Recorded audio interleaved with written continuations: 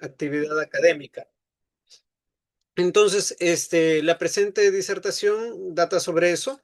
Son tres casos puntuales de pacientes en los que se puede lograr un beneficio real sustantivo para ellos, que pueden servir de ejemplo para que también se aplique en práctica clínica de cualquier otro colega que está prestando atención a la presente charla. Y que bueno, de todas maneras, el eje central de este beneficio, de esta interacción clínica, ha sido la prevención cuaternaria. Entonces, si como en toda reunión académica se suele hacer, primero tenemos que reflexionar y ver pues justamente cuál es la materia que nos convoca hoy día, ¿no? Y entonces tenemos ahí la pregunta de cajón, ¿no? ¿Qué es la prevención cuaternaria? Si justamente tenemos que en la imagen está mirándonos nuestro queridísimo René Descartes, quien planteó su máxima, pienso, luego existo. Entonces tenemos que pensar un poco sobre qué es lo que vamos a tratar hoy día en cuanto a la prevención cuaternaria, dado que es un término que ha sido acuñado por un médico familiar belga, el doctor Marc Yamul, hace ya muchos años, en 1986, se acaba oficializando ya en el 99 en el diccionario de la Wonka. Y justamente por eso es que es una característica, una competencia, se puede decir, propia de nuestra especialidad y que las demás especialidades ignoran, o si es que han escuchado es muy poco de ellos, pero no están llamados a perfeccionarla como nosotros. Y ya vamos a ver dentro de la disertación por qué. Entonces, miren, este es el cuadro de la evolución natural de la enfermedad, la historia natural de la enfermedad, en el cual se plantean justamente los tres tipos de prevención, que son justamente los que estamos acostumbrados a conocer la gran mayoría de médicos.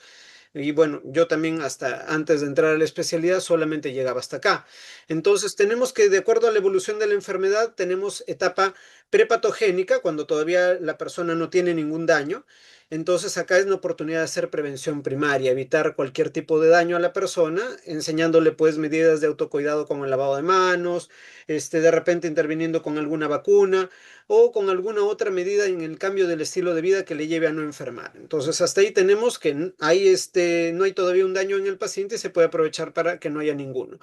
En el segundo tipo de prevención, el segundo nivel de prevención, mejor dicho, tenemos a la prevención secundaria que se enfoca en tratar de hallar signos que los médicos podemos detectar por nuestro conocimiento médico como que son dañinos para el paciente, que ya hay un daño en el paciente, aunque el paciente todavía no lo perciba como tal porque todavía no ha hecho síntomas. Por último, tenemos que cuando el paciente ya tiene algún tipo de daño y le afecta, lo siente, lo percibe, acude a nosotros justamente ya para que nosotros podamos dar el tratamiento que vendría a ser una prevención terciaria, porque si lo tratamos adecuadamente, no tendrá complicaciones más adelante. Entonces, hasta acá todos los médicos pueden entender que se trata, de qué se trata la prevención, se trata de evitar daños. Pero lamentablemente con esta concepción, nosotros estamos centrándonos solamente en lo que es la atención de la enfermedad, pero apenas estamos rozando con el tercer nivel de prevención lo que siente el paciente, que es cuando justamente nos dice que ya se siente afectado. Pero si vamos a relacionar dos conceptos, como lo son el que el médico encuentra o no una enfermedad, te dice, te encuentro signos o no te encuentro signos de enfermedad, y el paciente puede también manifestar, no me siento enfermo y sí me siento enfermo, toda vez que nosotros comparamos dos características dicotómicas, tendríamos que las posibles combinaciones son cuatro, entonces se pueden graficar en un cuadro de doble entrada, y eso fue justamente lo que se dio cuenta Marc Yamul. Esta es una diapositiva de las que usó en 1999 para plantear justamente el término de prevención cuaternaria ante la Wonka. Entonces, él justamente planteaba de que acá teníamos que ser muy reduccionistas y pensar de que la enfermedad se puede poner como un switch, como que no tienes enfermedad si tienes enfermedad, y como que el paciente puede decir me siento bien o me siento enfermo. Entonces, él decía que el encuentro clínico era un encuentro entre la ciencia del médico y la conciencia del paciente. El médico tiene la ciencia de su lado para determinar si alguien tiene o no una enfermedad, y el paciente tiene la conciencia de su padecimiento como para poder explicarnos mejor cómo es que lo está experimentando y viviendo. Entonces, cuando se juntan estas dos conciencias, tenemos de que ahora, ya con cuatro posibles niveles de prevención, en la prevención primaria tenemos al paciente que no tiene enfermedad y se siente bien. En el segundo cuadro tenemos una prevención secundaria donde el paciente no experimenta ningún malestar, se siente bien, pero ya hay una enfermedad que detecta el médico. Lo mismo en la prevención terciaria, se detecta una enfermedad por parte del médico y el paciente concuerda en que se siente mal. Pero ¿qué pasa justamente en el cuarto, se podría decir, escenario que estaba hasta ahora totalmente ignorado por parte de la prevención que conocemos hasta el momento? Es una prevención cuaternaria la que entra a tallar acá. Cuando el paciente no tiene una concordancia con el médico en cuanto a que el médico lo encuentra bien. Tú no tienes ningún signo de enfermedad, no te encuentro nada, pero el paciente sí se siente mal. Entonces, Marjamul planteaba de que en este momento es donde el paciente se encuentra en el mayor riesgo, tanto de sobrediagnóstico como de sobremedicalización. Entonces, puede ser víctima de un sistema de salud en el que se le pidan un montón de pruebas de laboratorio, algunas de ellas pueden estar alteradas, otras pueden estar muy bien, pero van a reflejar datos que no tendrían por qué afectar al paciente si lo vemos en la profundidad y como vamos a ver caso por caso, y por lo tanto no deberían ser tratados, pero como el paciente fue sintiéndose mal, el médico se va a ver en la inclinación de tratar. Entonces, con esto podríamos generar una iatrogenia y eso lo vamos a ver más adelante. Entonces, esto de acá dio que la definición planteada por Marjamul para justamente lo que fue la prevención cuaternaria es de que es toda acción o medida adoptada para identificar un paciente en riesgo de medicalización excesiva, para protegerlo de nuevas intervenciones invasivas médicas y sugerir intervenciones éticamente aceptables. Entonces, esa fue la definición que se dio en su momento de prevención cuaternaria. Ahora, si lo analizamos, esto es un cambio completo de paradigma porque para empezar se cambia el enfoque. En los primeros tres niveles de prevención se había tenido el enfoque sobre la enfermedad, ahora se tiene sobre el paciente. Y otro enfoque muy claro que se cambia es de que una vez ya cambiado este enfoque, nos damos cuenta de que el paciente importa y que también puede haber un riesgo para él de parte del cuidado médico, por más que se haga dentro de lo que se consideraría correcto. Entonces, si entra a tallar ya la iatrogenia, entra también a tallar el concepto de que la prevención puede dañar, cosa que hasta ahora no se tenía. Cuando nosotros hablamos de prevención, asumimos que toda prevención es buena, que toda prevención es un beneficio para el paciente y vamos a ver que no siempre es el caso. Entonces, más adelante ya Marjamul en esta comunicación que publica en el 2015, él ya da un detalle un poco más profundo sobre lo que es la prevención caternaria y lo plantea como un cambio de paradigma desde una perspectiva basada en el tiempo y la lucha a un modelo constructivista de atención preventiva, pero basado en el tiempo y las relaciones. Recuerden que era la relación entre la ciencia y la conciencia, el médico con el paciente, para que construyan algo junto que beneficie al paciente. Ofrece una nueva visión de la práctica médica y pone de relieve el concepto de prevención cuaternaria como una mirada crítica a las actividades médicas con énfasis en la necesidad de no causar daño.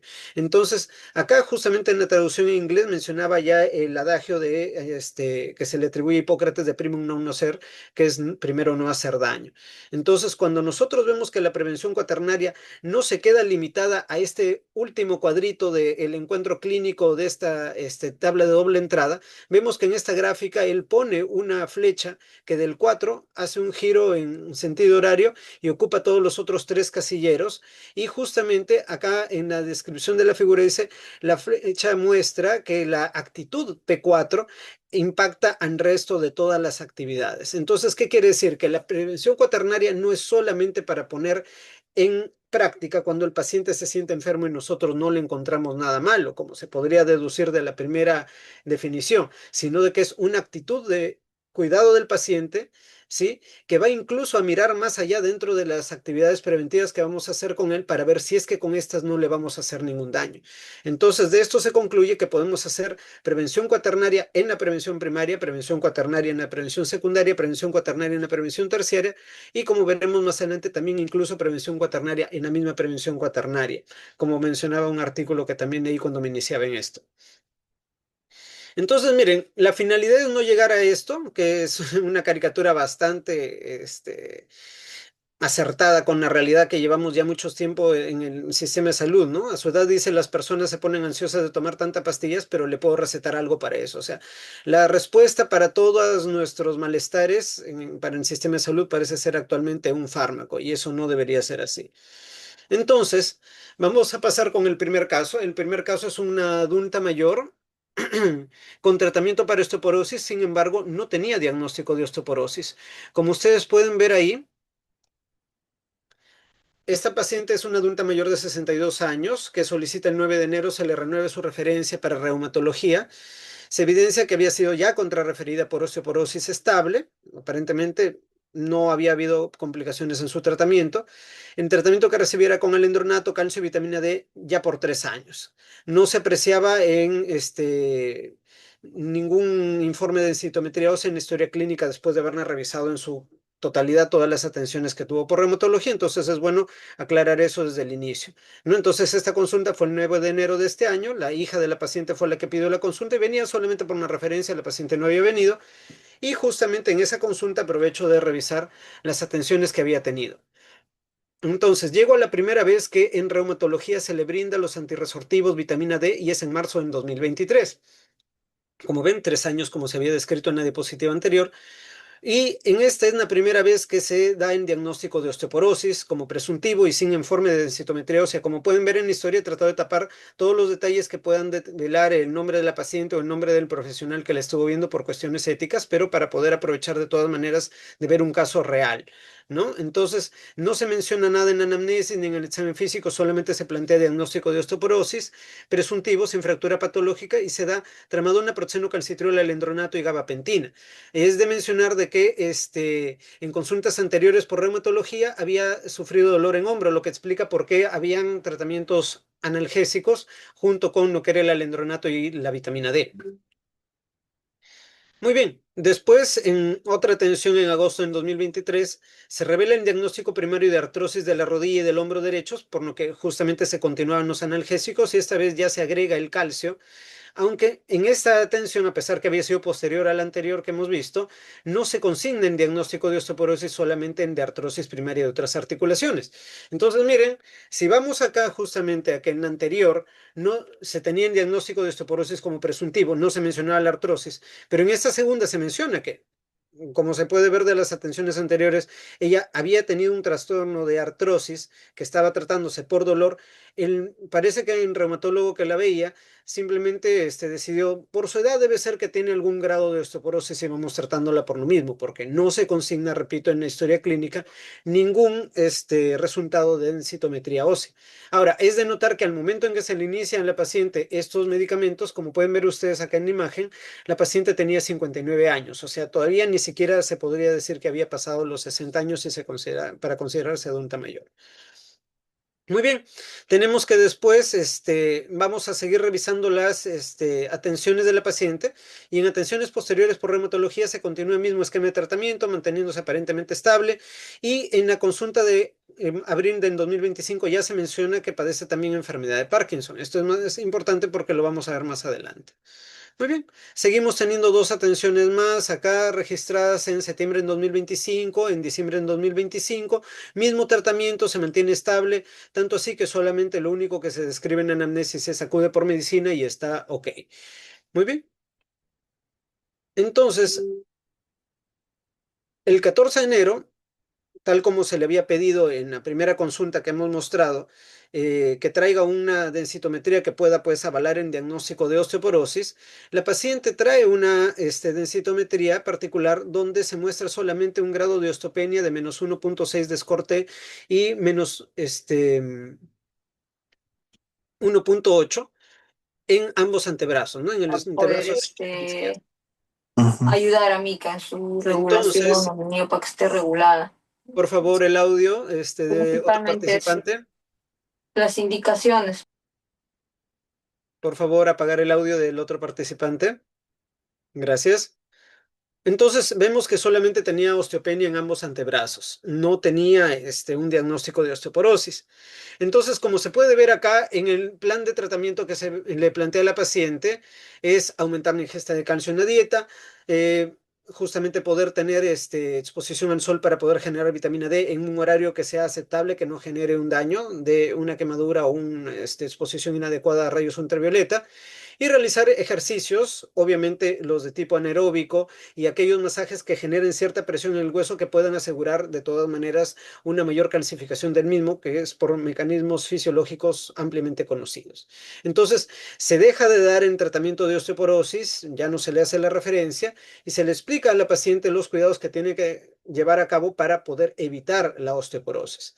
Ahora, ¿por qué es importante esto? Miren, la osteoporosis, para los que llevamos justamente profundización en prevención cuaternaria, es un ejemplo clásico de medicalización de la vida. Si nosotros vamos a justamente la raíz del asunto, cuál es el diagnóstico de la osteoporosis, vemos que es una densitometría ósea la que marca el diagnóstico, donde se compara justamente la densidad ósea calculada de los huesos de este paciente a través de una radiografía de baja intensidad. ¿Comparándola con qué? Comparándola con un estándar promedio de una mujer en sus 30 años. Entonces, si la persona tiene menos dos desviaciones estándar de de ese valor promedio de una persona de 30 años, ya tienen diagnóstico de osteoporosis. Entonces, básicamente lo que estamos haciendo es comparando a alguien de 80 años, los huesos con alguien de 30, y decir, bueno, como no están como si fuera de 30, tú tienes osteoporosis y tendrías que tomar algún tipo de tratamiento farmacológico. Y no solo uno, sino tres. El antirresortivo, la vitamina D y el calcio. Cuando el calcio se puede consumir de una fuente normal de la dieta, una dieta balanceada, la vitamina D también de la dieta y también con una exposición al sol se maneja bastante bien. Y el mantener una buena salud ósea, una buena calcificación de los huesos depende más que nada de un ejercicio que debe ser constante. Pero es un caso claro de medicalización de la vida. O sea, básicamente, de acuerdo al parámetro que se nos impone, la gran mayoría de personas pasados los 80 años deberían estar recibiendo tratamiento farmacológico solamente por ser mayores de 80 años. Ahora, esto no tendría nada de malo si no fuera porque quienes profundizamos en prevención cuaternaria sabemos que todo fármaco, todo medicamento, toda medida médica tiene su lado bueno y su lado malo, sobre todo si se usa de una manera inadecuada. Ahora, vamos a mencionar un par de cosas más que son relevantes en este caso. Miren, la paciente también pasaba por consultas por neurología. ¿Se acuerdan que habíamos mencionado que en reumatología se había puesto como antecedente que tenía enfermedad de Parkinson? Muy bien. Aquí está una consulta del 3 de enero de este año donde el neurólogo la cataloga como un temblor y una distonía y le daba tratamiento con propanolol, biperideno y clonazepam. De estos, justamente la combinación de los mismos, tanto por sedación como por disminución de la presión arterial y de la frecuencia cardíaca, pueden causar inestabilidad de todas maneras en la paciente. Y si estamos hablando de que se sospecha que esta paciente es una paciente frágil, que puede tener una fractura, las caídas son justamente las que te llevan a una fractura. Los pacientes que sufren osteoporosis son tratados justamente con la intención de que no haya fracturas que puedan dejar al paciente postrado en una cama y eso es lo que se ofrece. O sea, te doy tratamiento, pero es para evitar que hagas fracturas. Pero si yo estoy ya recibiendo un tratamiento por neurología que me predispone a caídas, eso es lo que realmente va a causar una fractura. Las fracturas no deberían ocurrir de manera espontánea en una persona normal, pero en este caso se podría causar una fractura por una caída. Ahora, acá justamente es como para profundizar un poco en por qué tendríamos que nosotros ser muy precavidos con la osteoporosis. Porque si es que vamos justamente a lo que es la literatura, se conoce ya desde hace muchos años que si una persona está en tratamiento con antirresortivos, en este caso el alendronato que le daban a la paciente, uno puede llegar a tener fracturas patológicas, justamente subtrocantéricas o diaficiarias del fémur, y a las finales la persona va a acabar con la fractura que querías evitar, va a acabar postrada por los medicamentos y no por justamente la falta de ellos. Ahora, el mecanismo planteado para que justamente el olendronato sea causante de estas fracturas es de que, como se sabe, lo que se busca con el alendronato es de que no haya acción de los osteoclastos, no haya ruptura de hueso, al menos no tan acelerada como para dar tiempo a los osteoblastos que hagan su trabajo, pero recuerden que el hueso es un tejido vivo y el tejido vivo requiere reparación.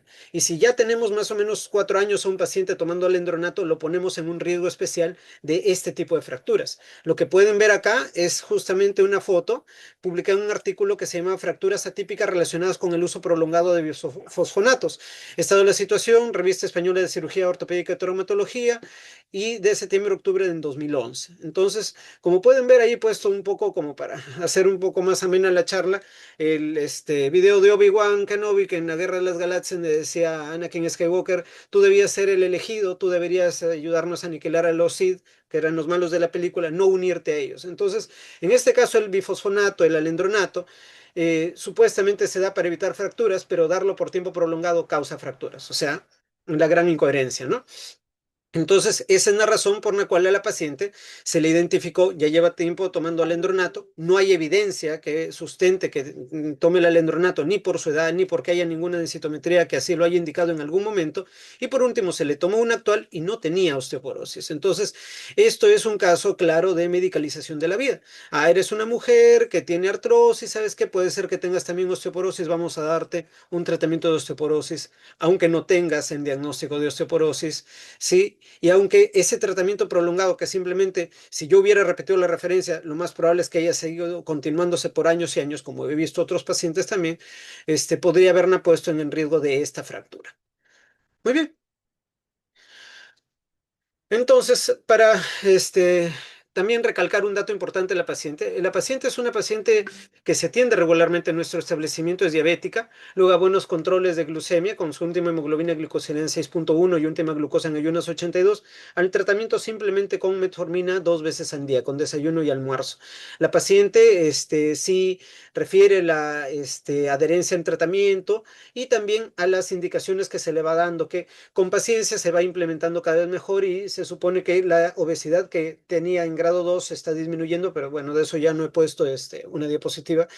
Pero esto justamente es lo que trato un poco de reflejar con esta imagen muy graciosa de Corazón Valiente, donde el irlandés decía, esta es mi isla, ¿no? Y dicho y hecho en la batalla, todos los irlandeses no obedecen y pasan al bando de William Wallace. ¿Qué quiere decir esto? Que esta paciente ya es una paciente que es lo que debería ser todo paciente de un médico familiar, el paciente fiel a lo que es las indicaciones, se deja guiar por el médico de familia, por su médico de cabecera, y de todas maneras le permite llevar una vida un poco más saludable, porque a nosotros actuar prácticamente en todo momento con la precaución que nos da la P4, llevamos al paciente a un estado de bienestar tratando de confiar lo menos posible en medicamentos, sino en un estilo de vida saludable. Entonces, esta paciente aceptó justamente con gusto en la conversación. Ella misma dijo, doctor, me vienen dando tratamiento tanto tiempo, pero no me habían explicado lo que usted me había explicado de la osteoporosis. Entonces, con toda anuencia, ella misma no siguió exigiendo la referencia, estaba de acuerdo completamente en que la osteoporosis era algo que ella misma podía manejar de manera natural. Muy bien. Entonces, pasamos al segundo caso. Este caso es el de una adulta hipertensa, no es una adulta mayor, es una adulta de 55 años, ¿ya? En quien, si bien es cierto, ya se tiene un diagnóstico de hipertensión, perdón, que es el principal factor de riesgo para enfermedad cardiovascular, como infartos, tanto de corazón como de cerebro, y otras complicaciones. em, como parte de su atención integral, se le realiza analítica, pues, rutinariamente. Y dentro de esta analítica tenemos que en la consulta que estoy mostrando en pantalla del 19 de enero, se había encontrado que en septiembre estaba elevado su colesterol, su glucosa y sus triglicéridos, por lo que todavía no había pasado consulta, que ya se habían detectado en septiembre, ya se le había indicado que pase consulta por nutrición, no había cumplido con esa parte. Además, reportaba epigastralgia desde octubre y con orden de ecografía para evaluar ese problema de salud, pero que todavía no se había concretado. Su presión estaba estable en 130,70, se le brindó su enalapril de 20, como era su dosis habitual, vía oral cada 12 horas por 3 meses. Y se continuó con los controles. A todo esto, en la consulta ya de febrero, pasa por enfermería y se reportan obesidad, sedentarismo como un dato complementario al que tenemos de la paciente. Su presión en este caso estaba en... A ver, no tenemos el dato acá. Ah, ya, claro, es que esa consulta solamente fue por otra causa. Pero el 23 de febrero, que era como su control mensual, sí tenía 130,70, perdón, 115,59.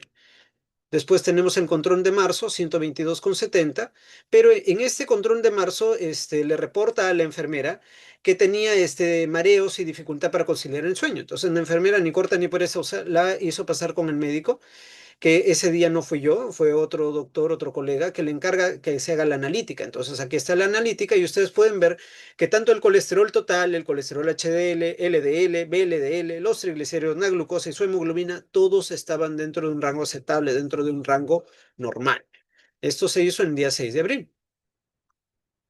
Muy bien, entonces ya cuando le toca su control del 24 de abril para poder renovarle los medicamentos, la paciente nos refiere esta vez que tiene sensación de debilidad recurrente. Se verifica que tuvo cifras de presión arterial en todas las consultas, como lo hemos visto, menores a 130 en los 3 últimos meses. Y miren lo curioso, esta vez venía a la consulta con una presión arterial de 118,58, pero todavía sin haber tomado sus medicamentos. Sumado este hallazgo al hecho de que ha tenido en los 3 meses anteriores una disminución progresiva de la presión arterial y al hecho de que ya en febrero había pasado su consulta por nutrición, esa era la que no habíamos visto bien. La de febrero primero había sido la consulta por nutrición. Entonces, en esta consulta por nutrición, la paciente se compromete a llevar una buena dieta, lo empieza a cumplir, su presión arterial se empieza a controlar mejor, su analítica empieza a mejorar y ya para abril nosotros vemos que como parte de toda esa mejora en una mejor alimentación, se traduce en una menor presión arterial y nos vemos obligados a reducir una dosis del enalapril y obviamente esta vez ya como era un cambio en tratamiento que se estaba haciendo, no podíamos darle el tratamiento por 3 meses, sino que se redujo el enalapril de 10, se le citó en un mes y obviamente se le explicó los signos de alarma para que pueda acudir a alguna consulta por si acaso aún esa dosis de 10 fuera demasiado fuerte y le estuviera causando síntomas de hipotensión como los que ya venía manifestando de esa debilidad recurrente. Muy bien, ¿por qué es importante esto? Porque desde ya también muchos años se conoce que la hipertensión se comporta, al menos cuando se le da tratamiento, como una curva en J. Cuando nosotros tenemos los análisis de cómo se comporta la presión arterial, si lo comparamos con la mortalidad por todas las causas, si no hemos dado ningún tipo de tratamiento al paciente, el comportamiento es lineal. Mientras más baja es la presión, menos es la mortalidad. Pero cuando ya estamos nosotros alterando la presión con un medicamento, así sea el más bajo la dosis, ya no se empieza a comportar de manera lineal, sino se empieza a comportar como una curva en J. ¿Qué quiere decir? De que mientras más alta sea la presión, será más aumentada la mortalidad por distintas complicaciones, pero también lo mismo pasará mientras menor sea la presión. Entonces, ya cuando estamos dando el tratamiento a un paciente hipertenso, no se puede pensar que menos es mejor. No, acá tenemos que el punto más crítico es en 130, ese es el punto más óptimo de la presión que podría tener un paciente al cual le estamos dando tratamiento antihipertensivo. Menos de eso, de manera permanente, puede ser malo y más de eso también puede ser malo. Entonces, ese es el punto, el objetivo al que deberíamos llegar. Sin embargo, esto de las curvas en J había sido muy cuestionado. Muchos autores decían, no, esto de las curvas en J no parece tener mucho sustento científico. De repente se debe a factores de confusión en los análisis que se han hecho. Pero en este metaanálisis en 2016 de la BMJ, justamente se aborda este tema. Y como ven en rojo, dice el concepto de una curva en forma de J o de U para la relación entre la presión arterial y la enfermedad cardiovascular se ha demostrado previamente en estudios observacionales. Esto se ha descartado a menudo por posible confusión, sin embargo es muy improbable que nuestros resultados se deban a confusión. Esto se debe a que analizamos los riesgos relativos entre grupos con la misma presión arterial basal, pero asignados aleatoriamente a diferentes niveles de presión arterial, preservando así el elemento de aleatorización de nuestro metaanálisis. Entonces, queda bastante claro de que este estudio que se hizo en pacientes que recibían antihipertensivos, pero siendo diabéticos, confirma lo que ya se sabía con los estudios observacionales de hace muchos años atrás, de que paciente hipertenso debe recibir un tratamiento siempre y cuando no esté ni muy alta ni muy baja su presión arterial. Y eso es lo que tenemos que monitorizar. Y eso es justamente lo que hicimos con esta paciente. Muy bien. Para finalizar, el tercer caso que tengo de un paciente a quien hemos visto a través de los lentes de la prevención cuaternaria, tenemos a una adulta mayor que tuvo una fractura patológica.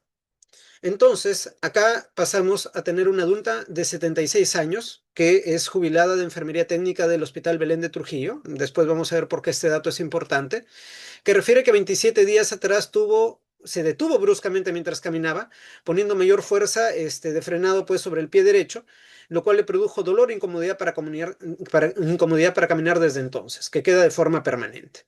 Muy bien.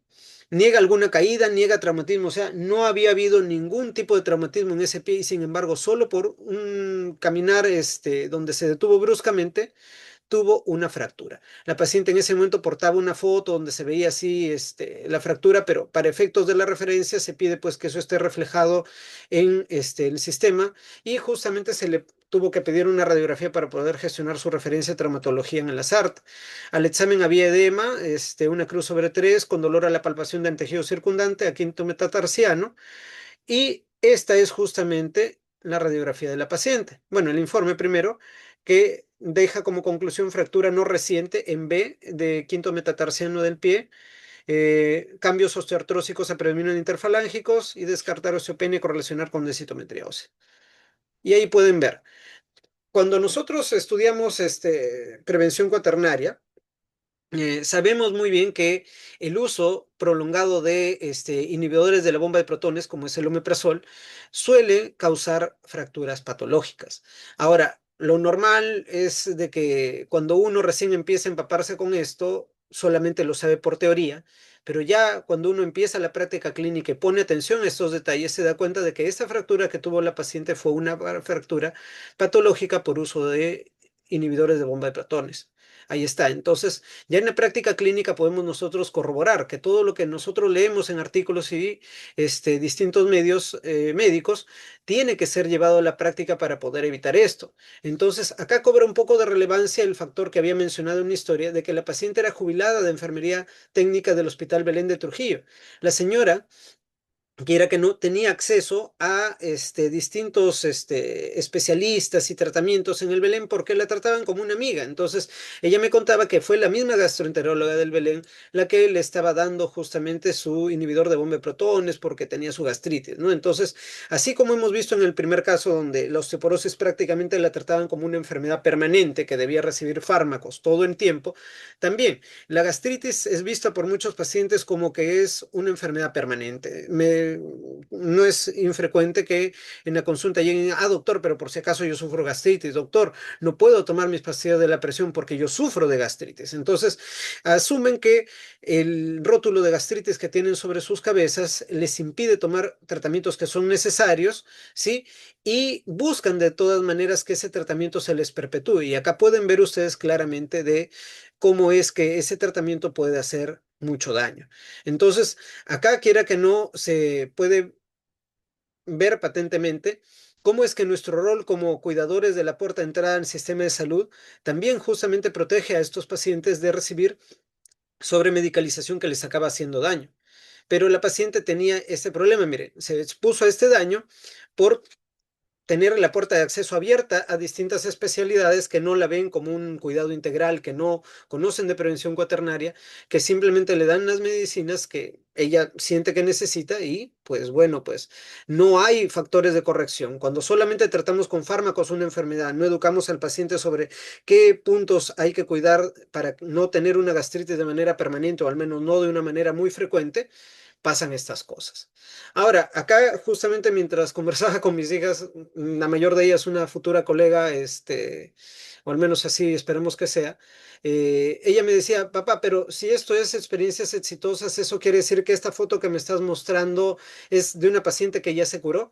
Pues bueno, lamentablemente, como todos podrán haber visto, todos los casos son de enero de este año, febrero de este año, marzo de este año, son casos recientes, porque como se nos propuso hacer esto de las experiencias exitosas recién en estos meses, yo no he podido pues guardar la cuenta de experiencias exitosas de 2, 3 años atrás. Todas son recientes, pero la práctica clínica para quien es acucioso es muy rica en estos casos. Uno puede agarrar sus experiencias exitosas y plantearlas rápidamente.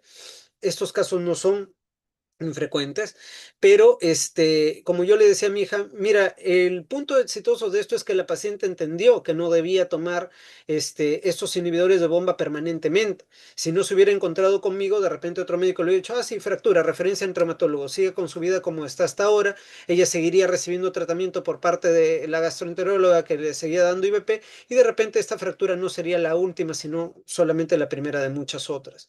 Entonces, la importancia de conversar de estas experiencias es de que así como estos pacientes de repente han tenido algún daño o no, y ya ha sido detectado, y si cuentan con un médico familiar que actúa realmente como su médico de cabecera, si es que existe la principal condición que es la confianza del paciente con su médico, estos casos no vuelven a ocurrir o podemos evitar antes de que se dé un daño solamente prestando mucha atención a los detalles, revisando la historia clínica cuando estamos frente al paciente en su totalidad, revisar las atenciones anteriores por otras especialidades. Toma un poco de tiempo, pero permite hacer la consulta realmente una consulta integral como se supone debería ser un verdadero médico de familia.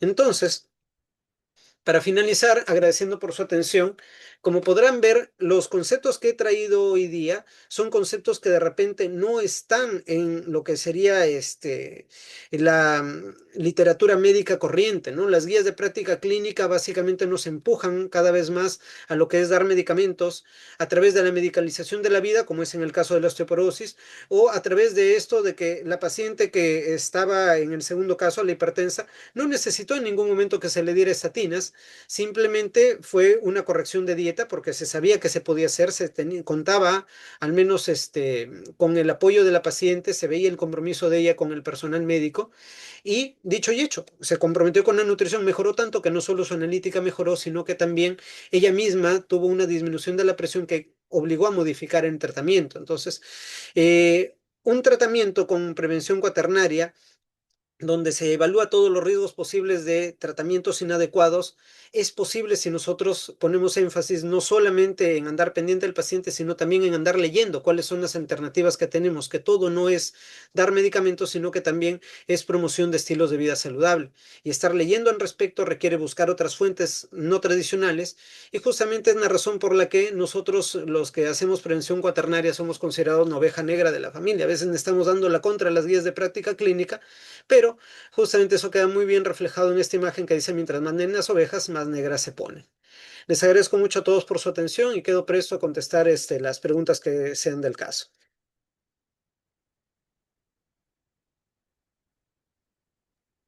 Agradecemos por la excelente ponencia, excelente presentación del doctor, ateniéndose a los tiempos también, ¿no? A los tiempos que se habían estimado.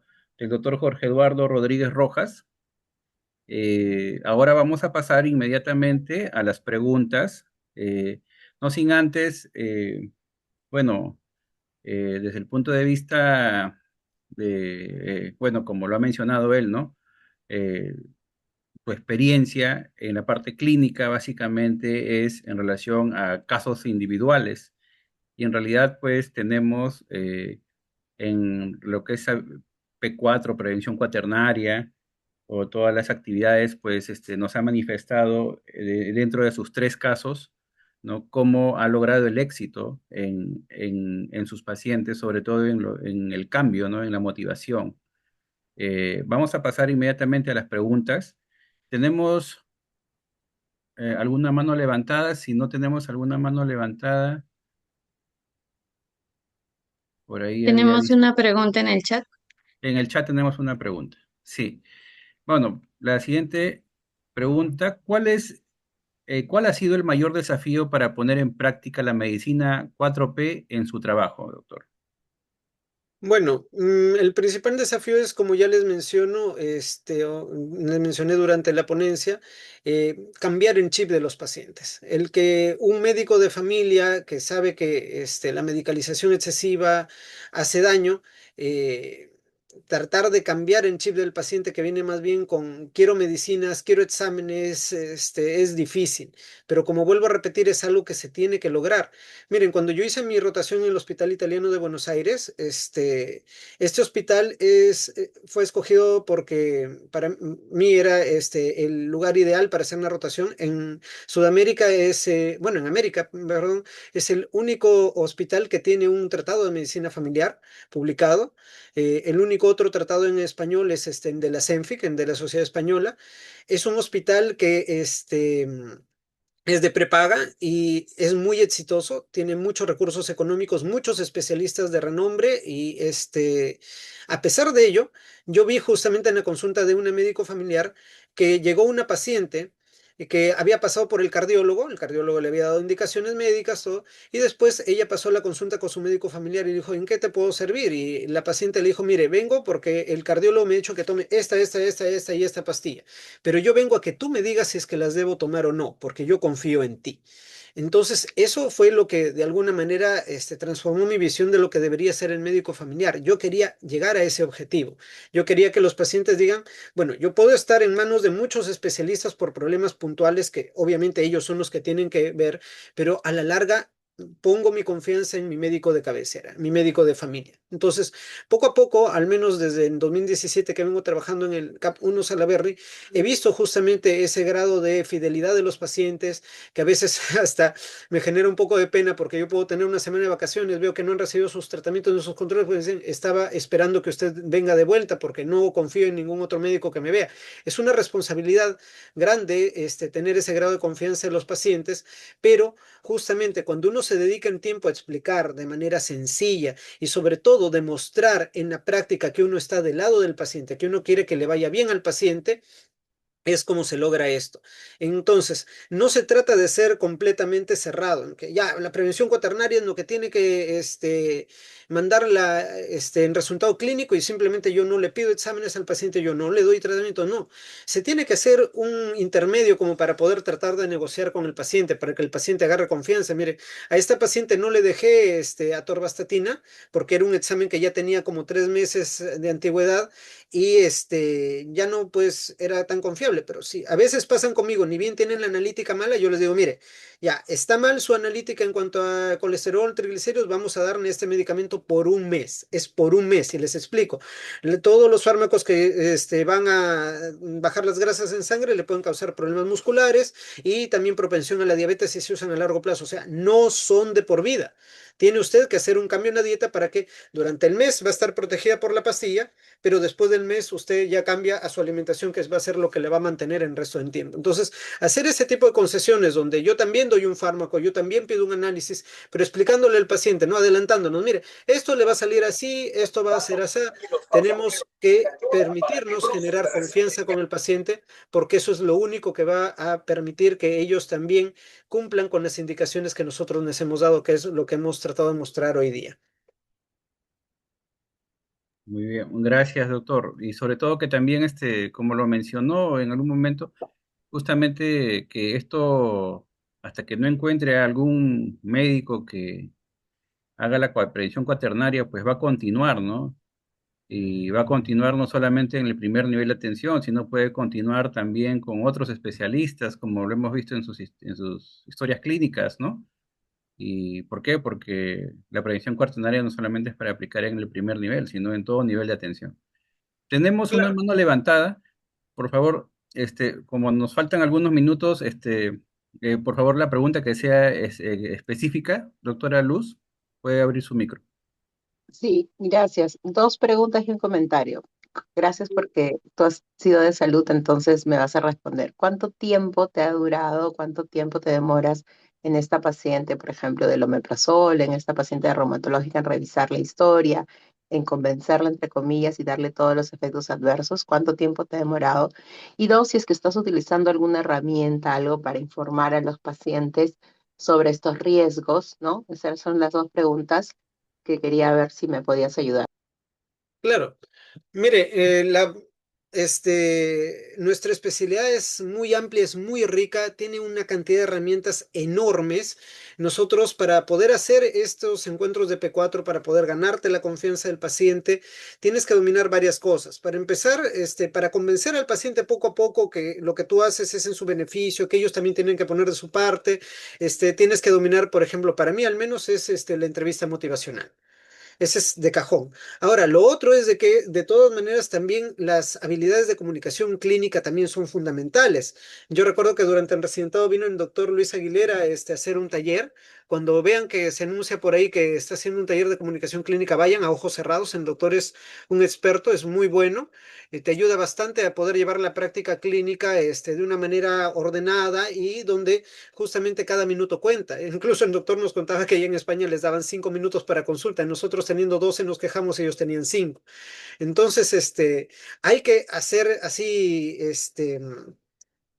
un esfuerzo para que mientras se va escuchando al paciente y prestando principal atención a lo que él nos dice y mostrando de signos de escucha activa, como por ejemplo diciendo, ya, una repregunta, ¿no? ¿Y ese dolor desde cuándo lo tiene? Entonces yo estoy manifestándole al paciente que estoy escuchando por el dolor que me está consultando, pero al mismo tiempo estoy leyendo la historia, tratando de enfocarme en puntos concretos. En este caso, cuando fueron por la osteoporosis, yo me enfoqué en leer la historia clínica de osteoporosis. Se dan cuenta también de que en ese mismo mes había pasado por diabetes. En ese momento no me enfoqué tanto en su historia de reumatología, me enfoqué en sus historias de cómo estaba su glucosa, sus controles por enfermería. O sea, también hay que tratar de dedicarle el tiempo que requiere cada problema, cada paciente. Si yo tengo pacientes que vienen por un resfrío y he hablado con ellos, veo en su historia que ya no es la primera vez que los veo por esa razón, o pacientes que veo mucho en la parte de lo que son los trabajadores agroindustriales, contracturas musculares, ya no me detengo mucho en eso, solamente le digo, bueno, mira, ya tienes esto, tú ya lo sabes, tienes que aplicar calor, aparte de los medicamentos.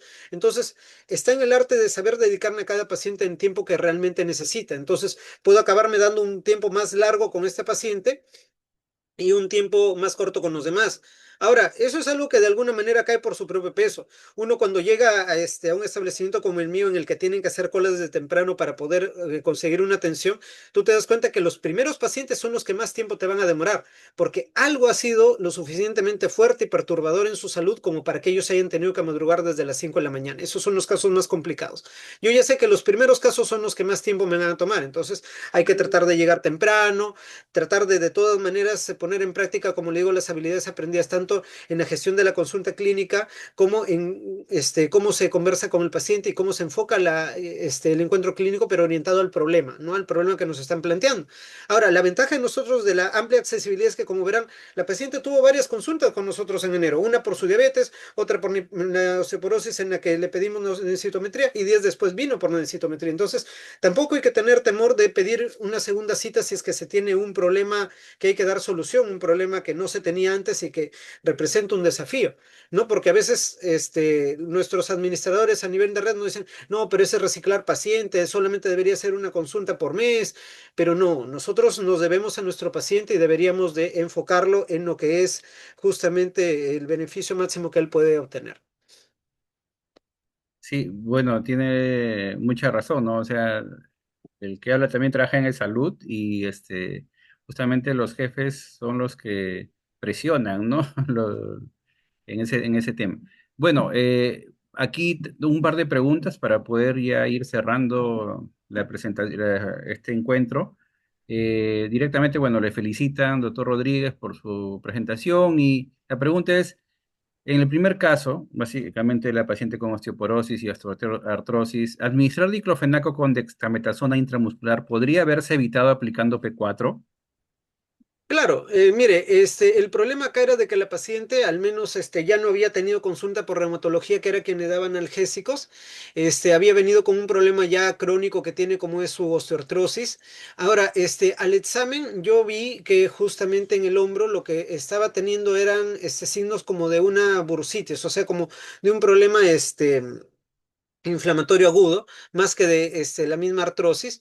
Entonces decidí darle ese tratamiento porque lamentablemente lo correcto hubiera sido pedirle una ecografía, de repente mandar una fisioterapia de acuerdo al resultado de la ecografía, pero actualmente en nuestro establecimiento están demorando demasiado esos exámenes. Entonces decidí por hacer una prueba de ensayo y error, dándole un tratamiento y orientándolo, ¿no? De que si es que no le pasaba, pues que venga a verme para volver a revisarla después del tratamiento, ¿no? Obviamente, como les digo, es parte de este compromiso de toma y dame, ¿no? No le estoy dando un tratamiento excesivo como en reumatólogo que le dejaba 30, 60 naproxenos hasta la siguiente consulta, en un tratamiento puntual de unos cuantos días de ampolla, buscando maximizar el beneficio terapéutico para que la paciente alivie el dolor rápidamente. Pero siempre, siempre, siempre con las otras medidas como aplíquele una bolsa caliente, ¿no? Si es que es una inflamación crónica o si es que es aguda, pues en hielo, ¿no? Dependiendo de cómo es que encontramos en ese momento al paciente. ¿Se podría evitar? Tal vez sí, pero en ese momento se consideró necesario en base al examen del paciente, que no se detalló porque no venía al caso en ese momento. Gracias, doctor. Bueno, y la última pregunta es, ¿no se debe también cambiar el chip de los médicos? Bueno, esto es una pregunta para todos. Por supuesto, es fundamental. O sea, mire, cuando yo empiezo a hacer prevención cuaternaria, lo empiezo desde mi primer año de residentado. Y mis mismos colegas de nuestra misma especialidad, algunos tenían esa resistencia a prevención cuaternaria porque cuando uno se empieza a formar en la residencia, el ambiente hospitalario te manda más que nada que estés atendiendo a estar al día con las últimas guías de práctica clínica. Y la prevención cuaternaria te manda a estar por encima de eso, te manda a estar criticando las guías de práctica clínica. Y tú dices, pero ¿cómo vas a criticar esto si viene con niveles de evidencia? Claro, puede venir con niveles de evidencia, pero por ejemplo, un libro bastante bueno que es del doctor Sloan de medicina familiar, está en inglés, te habla justamente de que si bien es cierto hay evidencia clínica, hay evidencia clínica de todo tipo. Entonces hay evidencia clínica orientada a la enfermedad donde te dice, este fármaco es el mejor, por ejemplo, para bajar la presión arterial por los beta bloqueadores. Muy bien, pero por ejemplo, hay evidencia que no está basada en la enfermedad, sino basada en el paciente. Y resulta que los beta bloqueadores pueden aumentar la mortalidad de un paciente afroamericano. Entonces, obviamente yo tengo que valorar esas dos, ¿no? O sea, si bien es cierto, este medicamento es muy bueno, me lo recomiendan las guías de práctica clínica, pero yo tengo que personalizar con el paciente que tengo al frente y tengo que decir, este paciente no debería llevar este tratamiento. Entonces, por eso digo, hacer P4 es difícil porque requiere una maestría clínica superior, diferente a la que es la del día a día, simplemente no estar actualizado, estar mecanizado, dar el mismo tratamiento siempre. Ah, y como les decía, miren, se puede hacer prevención cuaternaria en prevención primaria, en prevención secundaria y en prevención terciaria, pero también en la misma prevención cuaternaria. Si bien la prevención cuaternaria nos manda a ser cautos, a no dar mucho examen de laboratorio que sea innecesario, a no dar mucho tratamiento que no sea necesario, también se nos puede quedar esa tara ahí, un sesgo potente y tratar de actuar de una manera muy, muy, muy pasiva y no solicitar exámenes a veces cuando sí se debería solicitar o no dar un tratamiento cuando sí se debería dar. Y por eso justamente es que esa vez en diclofenaco y la DEXA yo lo consideré necesario, porque también el alma de la prevención cuaternaria es primero no hacer daño, y para primero no hacer daño voy a ir también a otro griego muy sabio que era Aristóteles, que decía que la perfección se encuentra en el equilibrio, porque ambos extremos son vicios por ser extremos. Entonces, ni muy precuator, ni muy sobremedicalizador, entonces ahí es justamente donde debemos encontrarnos para el mayor beneficio del paciente. Hola, preciosa. Sí, excelente. Y bueno, ya también ahí faltaba otra parte de la pregunta, la cual también ya la contestó, es que no están actualizadas y es correcto, lo que tenemos que hacer es estar actualizados. Ujú. Bueno, hemos terminado las preguntas. Le agradecemos nuevamente al doctor Jorge Eduardo Rodríguez Rojas por su ponencia, por contestar las preguntas en este evento.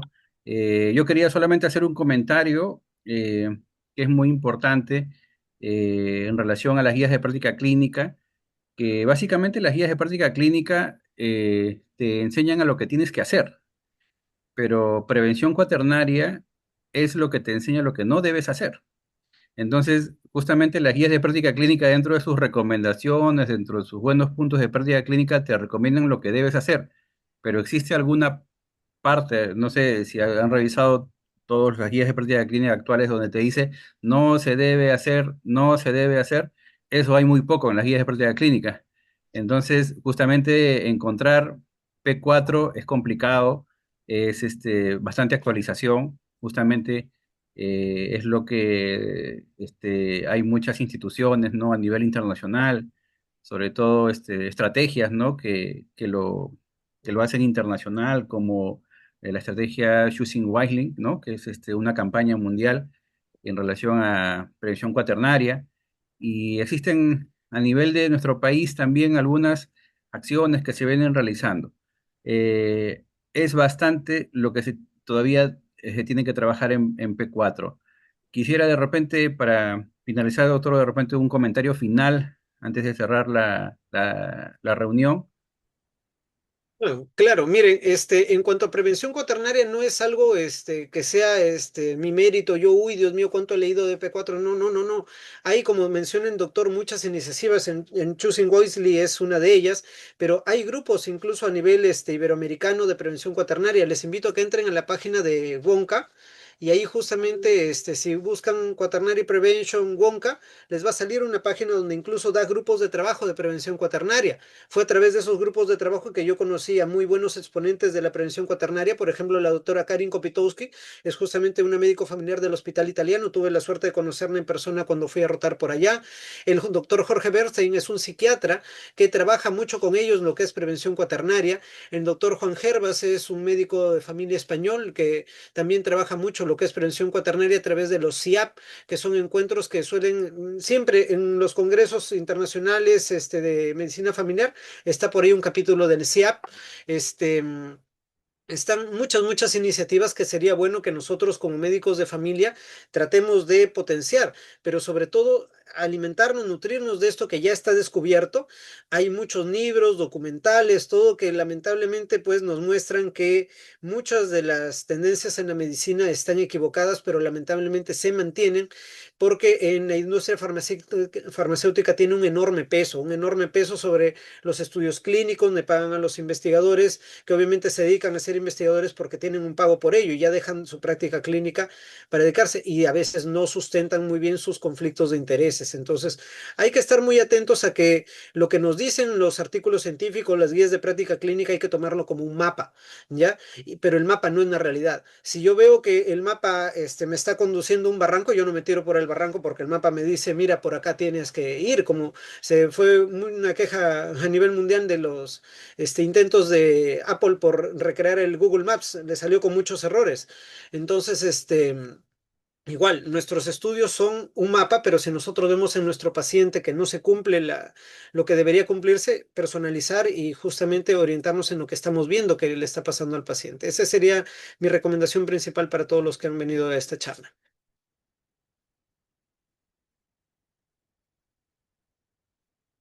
Muy bien, muchas gracias, doctor. Nuevamente reiterando las gracias por parte de la Sociedad Peruana de Medicina Familiar y Comunitaria. Y bueno, solamente nos queda invitarlos a la siguiente sesión, que va a ser el día de mañana, en relación a las experiencias exitosas. Tenemos el día de mañana a la doctora Lisette Diana Rivera Ochoa, compartiendo su experiencia exitosa más allá del diagnóstico, fortaleciendo la salud mental desde la medicina familiar en Arequipa. Esto es de la zona sur ahora, ¿no? Entonces, eh, eso sería la invitación formal para que el día de mañana puedan estar todos nuevamente conectados. Muy buenas noches y gracias nuevamente por su participación. Ah, perdón, falta la Ah, foto.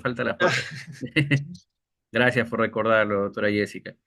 A ver, por favor, Buenas si todos pueden noches. encender sus camaritas Invitamos para a ver a que puedan una encender sus fotito, cámaras. para salir en las redes, para seguir celebrando el mes de la medicina familiar. por supuesto. Feliz día a todos los presentes, aunque fue ayer. Así es el mes de la medicina familiar. Por favor, si ya se puede tomar la foto o creo que tiene que dejar de compartir, me parece, doctor. A ver. Sí, ahora sí. Listo. Perfecto.